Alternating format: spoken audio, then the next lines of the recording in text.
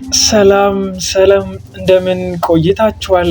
ውድ ቤተሰቦቻችን ከሶማሊያ ምክር ቤት አዳዲስ ጉዳዮች መምጣት ጀምረዋል። ዱላ ቀረሽ ንግግሮች ከተካሄዱ በኋላ ትልልቅ የቦክስ ትርኢቶች መታየት ጀምሯል በሶማሊያ ምክር ቤት።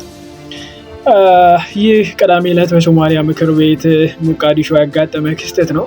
በቪዲዮ ላይ የምትመለከቱት የፓርላማ አባላቱ ከህግ ባለሙያዎች ጋር ቡጢ ገጥመው ታይተዋል።